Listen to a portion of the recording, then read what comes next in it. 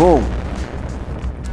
So that's a backpack. What I'm about to show you right now is the unequivocal, the best travel kit that any producer, one-man band, videographer, production team, crew can have, to where you can literally go out and shoot anything.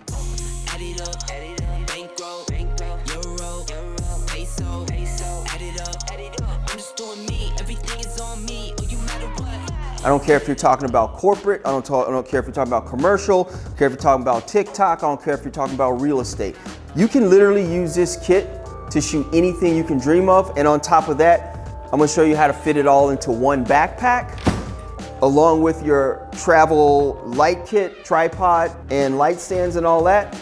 I'm gonna go ahead and break this kit down right now. Let's start with the bag itself. This is my favorite bag, right? I've used this bag for at least 6 years. I've been using F-Stop bags for 8 years. I started with the smaller one, but if you're not familiar with F-Stop bags, they create cinema bags, camera bags. They go all the way down to like the small messenger, like hip bags and things like that, to, you know, medium-sized bags up to this. The material itself, I just feel like you can put this through the end of the world and it'll still survive. The zippers are the best zippers on any gear bag that I've ever seen or touched. I still haven't popped this zipper. This bag has traveled coast to coast, all over the place, all of the states, everywhere you can think of. TSA destroys shit. They still haven't destroyed this bag. The real like money with this bag is in the compartment. It's the ICU, as they call it. It's kind of strapped in here, and I'm not gonna take it out for you. But as you can see, it's super compartmentalized, and you can move things around. You can take stuff out, you know, however you want to do it, depending upon your camera size, how many lenses you take. You want to put a drone in here. You can kind of move things around and shape it to where you like it. And you know, it's just got a couple cool compartments, and you'll really understand why this bag is the most important part of this kit once I start putting things in there. It's the maximum and perfect width, height, and length for carry-ons for your flight, for an airplane. I've never had an issue on most airlines. Sometimes when you go on American, they trip and they make you put it on the plane itself, which I hate, because you're talking about $20,000, $30,000 worth of gear. So I try to avoid that at all costs. I don't check in gear. The reason I don't check in gear is because A, I don't trust TSA, and B, in order to check in most of this gear and have the protection I need around it to go on a plane, you need a bunch of Pelican cases. And I always say Pelican cases are for suckers. So how does all this gear play into the perfect production set, the perfect loadout, gear loadout for a shoot? Let's start with the camera, right? First piece of any good kit is a good cinema camera. You know, this is good. The reason you want a cinema camera is because, again, you got XLR inputs for professional audio. You got electronic ND if you're shooting outside. You want to be able to shoot down to a 1.4 or 1.4 or 2.8 or 3.2. Without ND, you know, you're rolling around shooting F16, F8, and then it's corny. You know what I'm saying? For some shots, you want that shallow depth of field. You don't want it to look like a video camera. You want it to look like cinema camera. So again, FX6, we also have an FX9, but we use these cameras because it's got great color science, Cinetone, it's got electronic ND, okay, the autofocus is the best autofocus in the game, and again, XLR inputs. This is super clutch, right? This is the most important part of the kit, obviously, because you can use this for interviews. This FX6 is small enough to where I can put it on a Ronin. I can break it all the way down for that kind of stuff, walk and talks. But I'm gonna take this. This is a body. You see I broke this off. I took this off. There's a handle that goes here as well. Let me see if I can find it. This is off because usually when you go on a Ronin, you take this off. But let's go ahead and put that back on there. Got it. So there's your handle. Again, I'm gonna pop this right in here. Cinema camera. Boom. I'll put the buttons facing up so that, you know, if this handle absorbs a little impact, no big deal. I don't want to smash and get buttons stuck to when I show up on set. Then we got a problem. The handle right here, this is the next part of the bag. You got your LCD monitor. Again, super clutch. You don't want to screw this up, so always wrap this around here. Tuck your monitor. Usually in order to avoid scratches, I usually put this in a compartment by itself. Or if you have been in the game as long as I have, you put a GoPro bag over this. Or any old, you put a sock if you're into socks. I'm not into socks like that. But you can put a GoPro bag over here, just to protect the monitor from minor scratches and things like that. We'll go ahead and pop this in here. This part right here, I'm gonna move, for this gear loadout, I'm not gonna get rid of it, I'm just gonna put it over here because things may move during the shoot. So for now, I'm just popping this in here. Hopefully you can see that, bing. All right, so that's camera A. For camera B, why we need a B camera? Because when I shoot interviews, I don't like to shoot just one camera. I like a B camera to get 2 different angles. For that, I usually go Sony Mirrorless.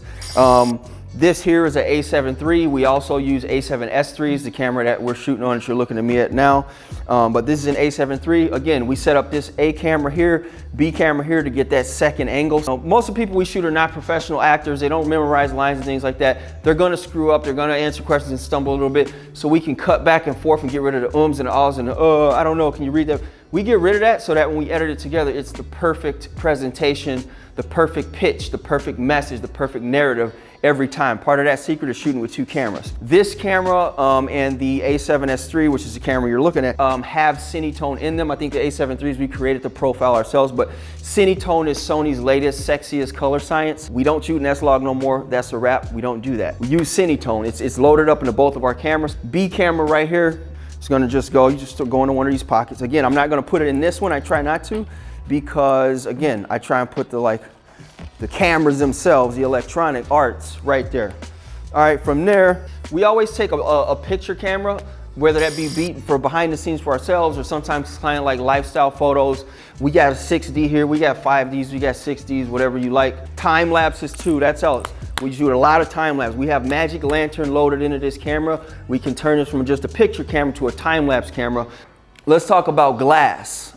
The 5 pieces of glass that go into any kit. You can shoot anything with this. Again, this is the end all be all. This is like, unless you're doing bird watching and you need a 600, or you're shooting fucking amoebas under a microscope, this is all you need right here. All right, so let's go through the glass. This glass that I'm about to show you, it covers the entire range. It starts at 14 millimeter and it runs the gamut all the way up to 200 mil, which means I can run super wide for real estate, for properties, to show things ultra wide, or to exaggerate space and have people talking close. You can snipe from across the room with a 200 mil, right? With 5 pieces of glass, that's it. So first piece of glass, let's start from wide and go to telephoto. First piece is this Sigma Art 14 to 24. We do a lot of real estate here. Sometimes I want to shoot 14. Sometimes I want to make that little half bath or that bathroom look bigger than it is or larger than life. In a bigger room, sometimes I want that tighter 24 for that architectural digest feel. I don't need it to be so exaggerated. Having that option within one lens, as opposed to having a 14 or just a 24, 14 to 24 zoom and a 2.8 right here. This is how we're going to start that focal range here. 14-24 wide angle. Sigma Art, it's the crispiest, sharpest, cleanest glass. That's all we pretty much use, except for a couple of canning pieces that we keep. But there's your 14-24. We're gonna start that in there first. There's Zach, he's gonna come on in here and interrupt us. Let's get that, let's see what Zach's bringing back. He's got a little kit here. Zach has a FS7, which is a legend in the game for us. We retired her a while ago. He brought her back to life because he loves her. We got an XLR, which obviously he doesn't know how to wrap, which is fine. And we got another boom microphone and the skateboard, which is another integral part of the kit, especially when you're doing as many property tours with this as this guy. So, all right, I'm gonna get back to running through this. So that was the 14-24. The next up, I'm gonna go to our 24-70. So basically picking right up where that left off, you got 14-24, 24-70. So like this is the money lens right here for interviews, for shooting B-roll, for any, that whole mid-range, it's a 24-70 2.8 Sigma Art, again, the crispiest, the cleanest, the sharpest. We own about 3 of these. Probably gonna, we got 4, but the 4th one's a 24-105. It's a 4.5 though, it doesn't have that 2.8 speed. So this is like the body right here. This is the main one, right? 14-24 is kind of specialty. 70-200 is kind of specialty. For the meat of it all, for 80% of what we're doing, 70% of what we're doing, this is what we're working with, man. This goes in any kit. Sometimes we pack 2 of them in a kit, depending upon what we're doing. So Sigma Art 24-70 2.8. We're gonna go ahead and toss that in there. as you can see, I'm kind of loading up these. I kind of work from the middle and I kind of pick what I want to put in the back for those reasons I've described earlier. So I'm gonna put that there. I know my lens cap's missing, so I'm gonna go ahead and pop her on there. Boom. So from the 24-70, we're gonna jump up 15 to an 85 mil. This is the 85 portrait. This is a 1.4 Sigma art. This is the prettiest. They call it a portrait lens. They call it a portrait lens because it makes you look wonderful, right? If it's lit and angled correctly, if we do it for you. We use this a lot for 2 shots, for that second angle. You know what I mean? For your A angle, you're usually shooting a wide, maybe 24 to about 50. We want to get that close up, really get into you and make a point on camera. We pull this 85 out. We go super shallow with that 1.4 with the 2.22 somewhere around there.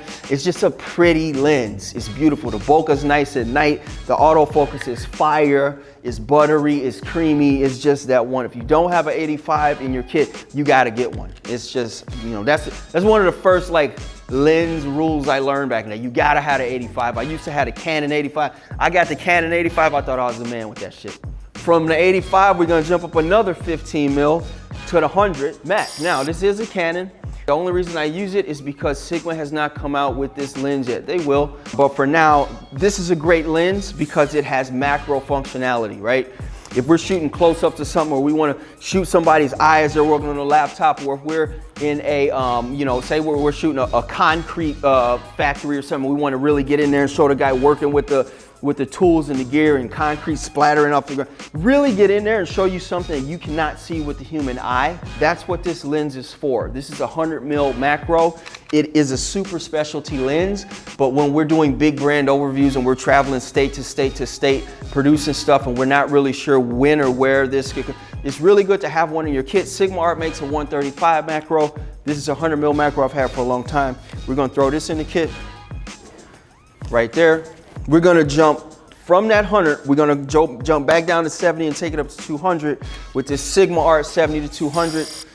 This is it. There's 2 reasons I like this lens, right? I like to go to, you know, 135 to 200 if I'm getting candid shots. Say I'm in an office or I'm shooting an event happening or something. You want that candid look so people don't know that you're actually there shooting. You know what I mean? You need to be kind of back in the cut, and with this, I'm able to snipe you out. I can zoom in, I can get that 200, right? I can get from far away, but it also allows me to compress space. And say I'm shooting an office, I don't want to show that it's a big empty office. I want to compress space and show people closer together to make people look more friendly and interactive and show that the office is busy and that it's popping. These are just things, this is why you need a good zoom lens. You need that compression. You need to be able to zoom and snipe, and it really just rounds out any old lens, this lens kit in total, taking me from 14 to a 70 to 200. This lens right here, I'm gonna sneak this guy right up in here. So that rounds out all my lenses. Let's jump into one more camera that we always take, just a GoPro. It's just fun. We'll just throw this in here for now, we'll figure it out. We use that for behind the scenes. Sometimes we put it on as a chesty to give you that first person view, that FPV of what's happening behind the camera, talking to clients, that kind of thing. Next up is batteries. This is super clutch. This is a Peter bag. We call it a Peter bag because one time Peter got stuck in Denver because he did not put his batteries in the bag. This protects batteries from exploding. And you just put it in here, and when you put your bag through the scanner in TSA, they see this and they're not tripping. Sometimes when they see loose batteries, they think that you can blow up the plane, you can bring the plane down, which for the most part isn't true at all whatsoever. It's a battery. You got a battery in your pocket, it's called a cell phone. You put it in there, we usually pack our bags just to minimize the chances of that ever happening. When we're flying somewhere, we got to get to set that day or the next day to shoot. We can't take chances. We got to be there for our clients. All right, let's jump right into audio right now. Audio kit. 2 types of audio we use. Boom audio for interviews. We want that crispy, nice vocal. You hear all that, you know what I'm saying, in a good way. For that, we use this 416. This is a Sennheiser 416. This is probably the most popular shotgun mic ever created. It's a legendary microphone in the audio file community. I've used this specific mic forever. Again, when I first got this, I was like, yo. We put this on our boom pole, put it right over the Talon's head to get that crispy audio for this. I'm gonna put that in later and I'll show you why in a second. Again, there's a lav. We really don't use lavaliers for interviews for the most part because that's just a better sounding microphone. But you always take a backup mic. Why? Because sometimes you might get to set and somebody might say, oh, I want to do a walk and talk. This is Sennheiser G3. We've used these forever. We own about five sets of these. You always take a backup lav for different situations. We always just take one or maybe even two and just throw them into the kit. So with these are bomb proof. These things have been dropped a million times. So for these pockets that I told you I was saving for later, that's what I'm gonna put in there.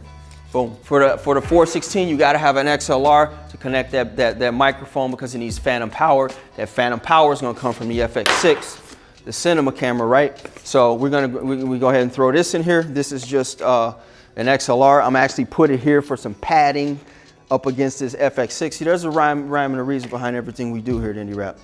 All right, Sennheiser HD25 headphones. I've used these my entire career as a shooter. They're just good headphones. You use what you want. I like these. So Sennheiser 416s, I'm just gonna kind of put these up here, you know, whatever, boom. Let's talk taking flight. You got a Mavic Pro 2 here. The drones have gotten so small. You see this one folds up and we can boom, boom, boom. Getting aerial shot just takes things to a whole nother level, gives you another perspective. So having a drone in any kit, it's a must have, especially for establishing shots, showing what city you're in, you know, or following somebody walking from overhead or tracking them to walking into a door or tracking their car coming down and parking and doing whatever. This is a toolkit that you need. You just can't get those same angles and that same effect with other cameras. So again, with this guy, I'm gonna pop it here in this final little compartment. I got another one here, but that's a little small. All right, so we got all that. There's one piece left. This is a Ronin. You have to have this. You know what I mean? This is for tracking people. This is for when we're doing a second angle with the A7 III, A7S3 with the 85 on it. You could just kind of float this. You could rest it here and just get that second angle. Just add some movement to your shot. Walk and talks, B-roll, just get that motion in there. We don't just shoot on tripods no more. It's a wrap, that's dead. Motion creates emotion. You know what I mean? So this is a tool that we use to create a motion. This is a tool that we also use to shoot property tours, property videos, all that kind of stuff, walking behind people, walking through data storage facilities all over the place. We use this every day. We got 4 of these guys. So again, you see me breaking this down right now. So it can all fit in here. It breaks down into basically 4 parts. The motor and the arms itself, you got the stand, you got the handle, and you got this quick release plate. These 3 parts right here, again, I saved this one pocket right here. That can all go right there. This right here, this is why this bag is so fire. It's going right here in this top piece, just like that. Close this up, all that gear right there. Bing! Now, this is tricky. This is the 416. You can put it here, right? The only problem is that sometimes it's easier to get it in the overhead if that's not in there. It's not the end of the world, but I just like a smooth, you know what I mean? So you could put this in here. Otherwise, I usually throw it into one of my light stand bags, but that's the whole kit. You know what I mean? It's just like, I've traveled coast to coast, top to bottom with this bag. You wear it like this, right? It takes the weight off of your back. If you don't wear these, it pulls this and you end up like this and you end up with back problems and things like that. You wear this because it transfers the weight from your back and your shoulders onto your hips, which can carry a lot more weight. And this is how we have been doing things, and this is how we travel, and this is how we take down so many shoots and targets with ease. When we show up to your office and we show up to your set, showing up with this, and that's it. A couple other bags, which I'll show you in a second. Let's just show it to you right now. Benro Tripod, right? This is part of the kit. So you got some stabilization for that A-Camera B shot or interview shot. You got your light kit. We use Aperture 120D and a mini being, that's your hair light. This is your 120D, bright enough to make you go blind if you stare at it long enough. That's your key light. I've used 2-piece light kits my entire career. I do not use fill lights. I believe in contrast. I believe in showing contour on the face. If you're trying to get rid of that, just use your key light full frontal to angle down, give you that beauty light. You don't need 3 lights, trust me. 3 light stands. I don't use C-stands. I've never liked C-stands. They're big, they're clunky, they can hurt you, they can break shit. TSA doesn't like them. I use a light stand. We use these, one for the key light, one for the kicker light, and one for our mic. Boom. I don't need some dude standing on my set with sweaty armpits holding a boom pole. So in order to avoid having 3 people staring at the talent, we use a boom pole holder, right? So you can literally put this here. This is your mic cradle. You take your boom pole, right? You put that here. You take this up, imagine that, pretend it's the mic, put it over there, and there's your mic, boom. This is the unequivocal best gear setup you've ever seen in your life. It fits in your backpack, you can travel with it coast to coast around the world. It's not intimidating to your clients. It's cost effective because you're not checking 100 Pelican cases into TSA, costing you $1,500 to $2,000 out of your profit margin or your production budget. So in a nutshell, there you have it. That's the absolute best gear package you've ever seen. That's how we do what we do here at INDIRAP. That's where the magic happens. That's how we get things done at the very highest level for our clients. If you like what you saw, if you learned a lot, if you saw a way to save a bunch of money at the airport, like, comment, and subscribe. Let us know, like, what do you think about this? Do you have a better suggestion for gear setups and gear packages? I'd love to hear about it. We love to hear about it. We're always learning. We're always trying to perfect this gear package here. Even though it is the absolute best, we're open to new ideas. Until next time, I'm Julian Tillotson. See you on the other side.